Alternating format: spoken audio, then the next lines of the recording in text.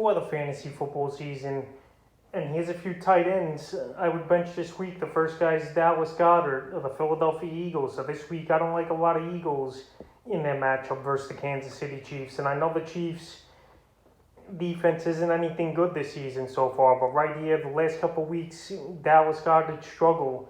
Week 2 versus San Francisco, 2 catches, 24 yards. And week 3 at Dallas, 2 catches, 66 yards. So right here versus the Chiefs, we'll see what he could do in this ball game here. But right now, he hasn't been as big time as he was hyped up to be coming into the season. Week 1 was a good game for him, but that was at a weak Atlanta Falcon defense. But right here, this week versus Kansas City, they're probably going to be trailing early, which is a good sign where Jalen Hurts is going to have to throw the football a lot in this game, especially if they're down a few scores. Well, right now, he's not really targeting Dallas Goddard, and Goddard only 6 targets in the last 2 games, so that's a little frustrating for Goddard owners. And right now, he's just not getting the ball coming his way. And this week, I would bench him until he breaks out with another big game. The next tight end I would bench this week's Austin Hoover of the Cleveland Browns. So Austin Hoover, he had a touchdown in last week's ball game with Hoover, but he still only had 2 catches for 19 yards with the touchdown versus Chicago. And in week 2 versus Houston, 5 catches, 40 yards. So last week,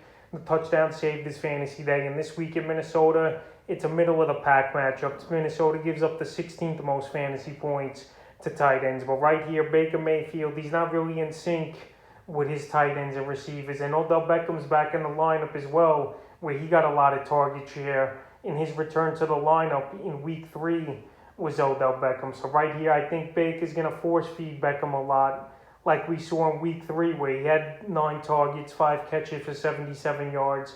And guys like Hoover and even David Njoku, who didn't get targeted much in that ball game last week, aren't going to see many targets and aren't viable fantasy options. So right here, I would bench Hoover unless he really starts breaking out and having consistent weeks in the third and final tight end.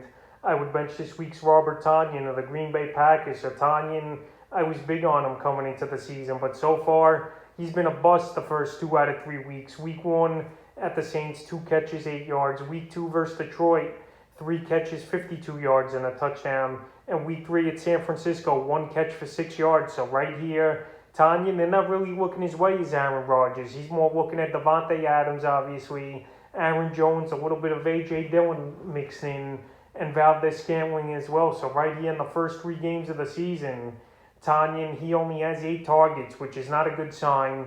And in week 2 versus Detroit, that touchdown saved him. And this week, it's not a great matchup as well for Tonyan versus Pittsburgh Steelers team that's given up the 13th least fantasy points to tight end. So right now, he's not getting the targets. He's not getting that many snaps. And right now, he's getting phased out of this Packer offense a little. And he's a player I would bench this week. And if he has another bench week, possibly drop next week. So that's a few tight ends I would bench here in week 4 of the fantasy football season.